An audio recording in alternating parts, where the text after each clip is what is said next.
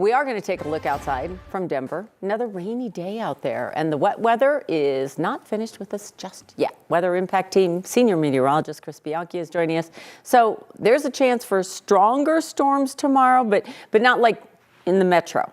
Correct, area. Exactly. It's going to be the eastern plains where we've got that risk for some severe weather, including La Junta, where, by the way, it is raining right now. You probably can't tell all that well here, but it is raining steadily in La Junta and southeastern Colorado. Worth noting for my friends here along the Highway 50 corridor, La Junta, west to Pueblo, and east to Lamar, you have not seen nearly as much rain as northeastern Colorado has seen this week. Today, Denver's fourth straight day with measurable rainfall. And we got a bit of rain here in the South Metro right now, but the majority of the rain's in southeastern Colorado, as I mentioned. That is kind of good news because this is a part of the state that, again, hasn't seen as much rain as the metro area has over the last couple of days. Speaking of that rain, steady from about southeast Aurora west through Parker, Highlands Ranch, Lone Tree, and over towards Littleton, seeing some of that rain right now. Pretty light in nature, but still, we'll take whatever we can get. The steadiest rain out over Kit Carson as well as Lincoln counties right now, Carvalon north and east to about Burlington.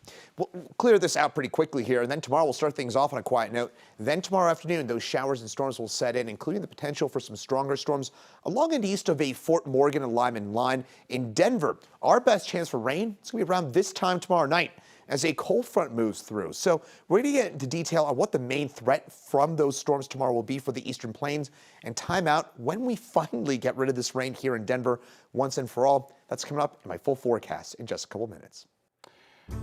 The town of Hudson is going to cancel $1.2 million worth of tickets from a controversial speed camera on Weld County Road 49.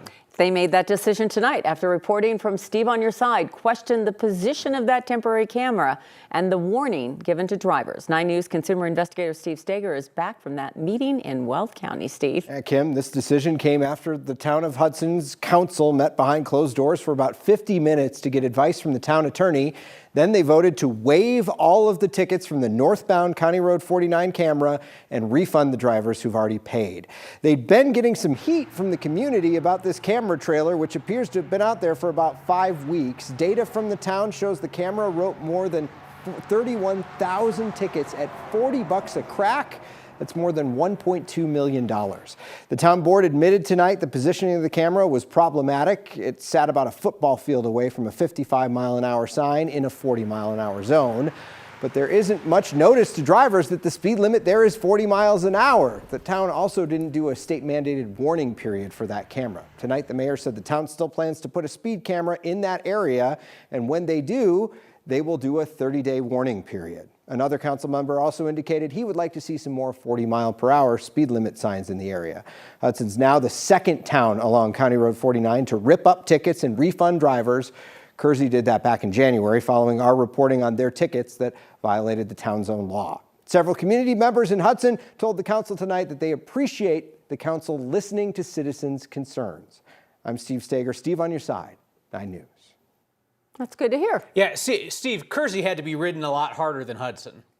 It took several months in the Kersey case. You know, that started in November. It wasn't until January when the town made the decision to issue those refunds. In this case, it was pretty quick that the town figured out something was wrong here, partially because that camera wrote so many tickets. It's kind of an indication that a lot of drivers didn't know what was going on in that area, and maybe there needed to be some education in the first place that the speed limit was 40 miles an hour. It had recently changed about 4 months before that camera went in. Yeah, third town is going to see Steve walking into town hall, and they're just going to shout, refund the tickets. Refund the tickets. Steve on Your Side. Steve Steger, thank you. Yep. Denver Public Schools says it's gotten several reports of students unsafely riding scooters and bikes across the city. So you know those things are supposed to have an age limit, but it's not like you have to show proof. 9 News reporter Rhea Joslong now. And Rhea, for a while there, the scooters were also free. So, I mean, what are they going to do? I mean, the kids are going to be all over them. What are you going to expect? So yeah, VO was offering those 60-minute free rides for 2 weeks to help their low-income riders transition from the old company's Lime and Bird to their new access program at VO. Parents said their kids quickly got a hold of that promotion and were riding around without verification. They think it's fun, and It is fun. They are fun. The new teal scooters around town are getting attention from the kids. They're running through stop signs. They're riding on sidewalks. Jackie Tolicki has a son in 8th grade at Lake Middle School. I thought, how are you getting access to this? You're not 18, you don't have a driver's license. In a statement, Denver Public Schools said they have, quote, received numerous reports regarding students erratically operating VO scooters and bikes across the city. What I was told was there was a bunch of scooters put in front of Skinner Middle School in addition to Lake Middle School. So those are 12 to 14-year-old kids that are using the scooters. I've been noticing kids sometimes doubled up on scooters. Erica Killian, a parent of a 7th grader at Skinner Middle School, said she's been seeing it too. And then the kids just being so young, they don't know the rules. They don't know the rules of the road. VO says riders must be at least 18 years old.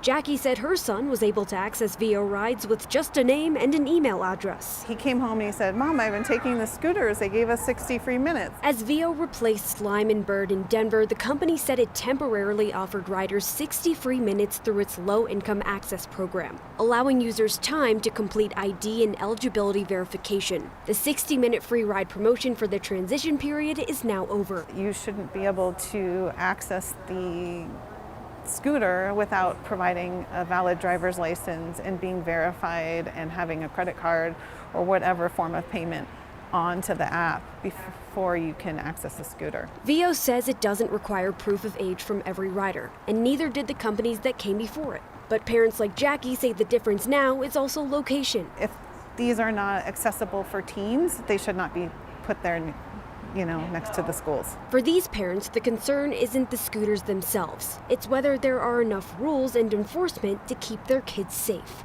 I don't think it's necessarily bad for these kids to have access. It helps a lot with transportation issues, especially for kids who don't have bikes or can't get to cars. And there needs to be more safety and understanding of how to ride them.